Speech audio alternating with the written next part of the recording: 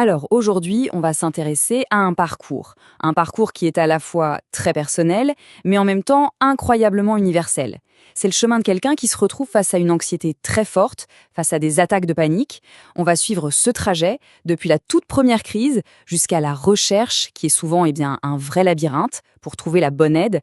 L'idée, c'est de décortiquer tout ça pour y voir plus clair. Et bien souvent, tout commence comme ça, d'un seul coup, sans le moindre signe avant-coureur. C'est une peur intense qui déferle. C'est brutal, c'est fulgurant. C'est une vague qui submerge absolument tout. Un sentiment que le pire est en train d'arriver. Là, maintenant.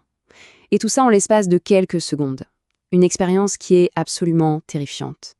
Et ce qui est vraiment frappant quand on regarde ces symptômes, c'est que c'est une double peine. C'est à la fois physique et psychologique.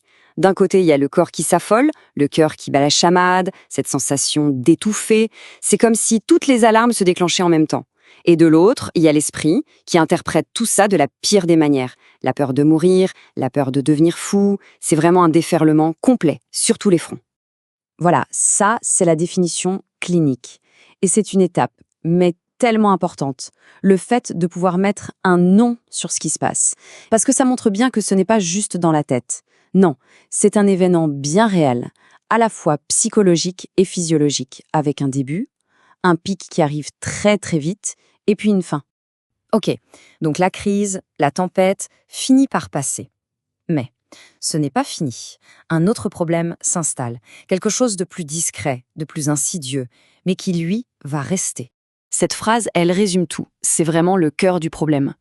En fait, le souvenir de la terreur de cette première crise est tellement puissant, tellement gravé dans la mémoire, qu'il va créer une nouvelle peur, la peur que ça recommence. C'est ça l'anxiété anticipatoire.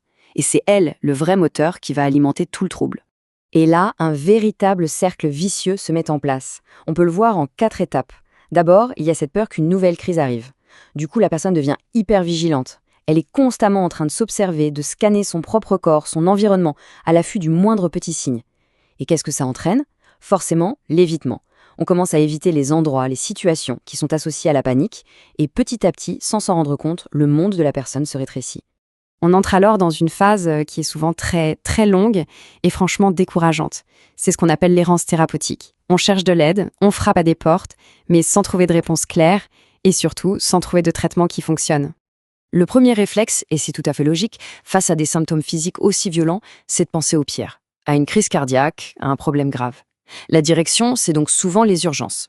Là-bas, on fait des examens, un électrocardiogramme, et tout revient normal. Alors sur le coup, c'est un soulagement, bien sûr, mais ça ne donne absolument aucune explication à ce qui vient de se passer. Alors voilà, la piste physique est écartée, mais la peur, elle, est toujours là. Et donc elle se déplace, elle glisse sur le terrain psychologique. Ce sentiment d'avoir complètement perdu le contrôle pendant la crise est si fort, si violent, que ça fait naître une autre angoisse. Et si c'était la folie ? La peur de perdre la raison, de basculer. Et c'est souvent à ce moment-là qu'on entend cette phrase. Une phrase qui part d'une bonne intention la plupart du temps, mais qui est terrible. C'est juste le stress. Reposez-vous. Le problème, c'est que ça minimise complètement la souffrance. Ça passe à côté de la complexité du truc. Non, ce n'est pas juste le stress. Et cette incompréhension, malheureusement, fait perdre un temps précieux et isole encore plus la personne.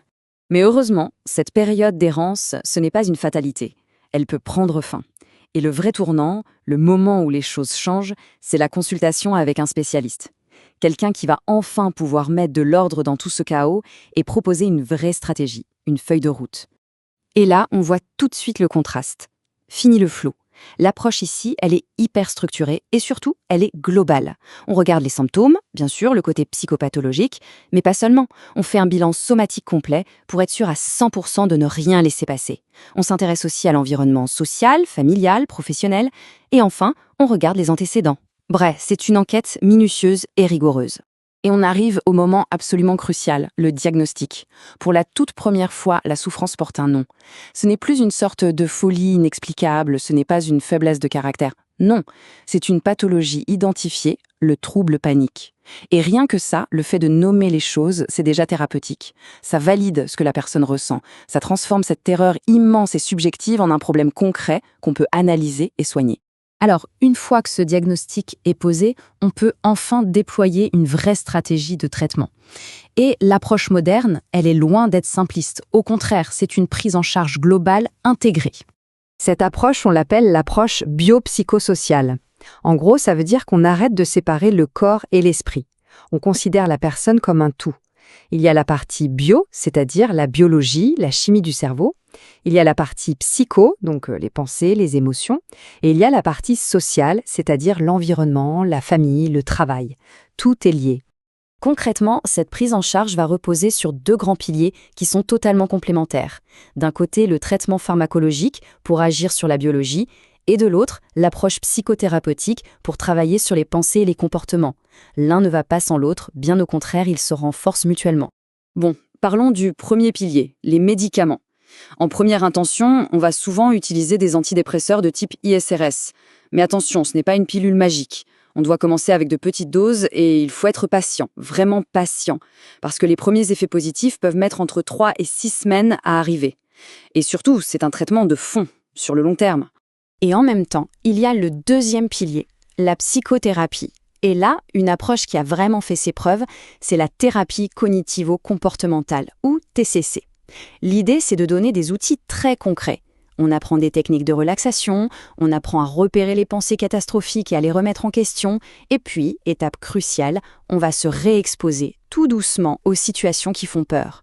L'objectif final, casser ce fameux cercle de l'évitement et reconquérir sa vie. Et cette idée, c'est vraiment la clé de la prise en charge moderne. C'est en combinant le biologique et le psychothérapeutique qu'on obtient les meilleurs résultats, de loin. Les 2 approches ne s'additionnent pas, elles se multiplient. Elles créent une synergie qui rend la guérison plus profonde et surtout plus solide dans le temps. Et il y a un point sur lequel il faut insister, la durée. On parle de plus d'1 an de traitement. C'est essentiel de comprendre ça.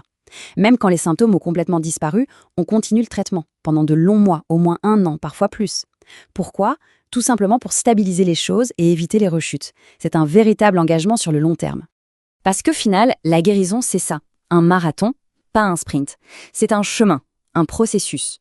Il y aura des hauts, des bas, peut-être des petits retours en arrière, c'est normal. Mais ce qu'il faut retenir, c'est qu'avec une bonne stratégie et beaucoup de patience, il est tout à fait possible de sortir de ce tunnel et de reprendre une vie normale. Et on termine avec cette question, qui est peut-être la plus importante de toutes. Et si, finalement, la toute première étape, le premier pas vers la guérison, c'était simplement de pouvoir nommer la souffrance. Avant même les médicaments, avant même la thérapie, juste le fait de pouvoir mettre des mots sur le chaos intérieur. Et si c'était ça, le geste qui soigne le plus ?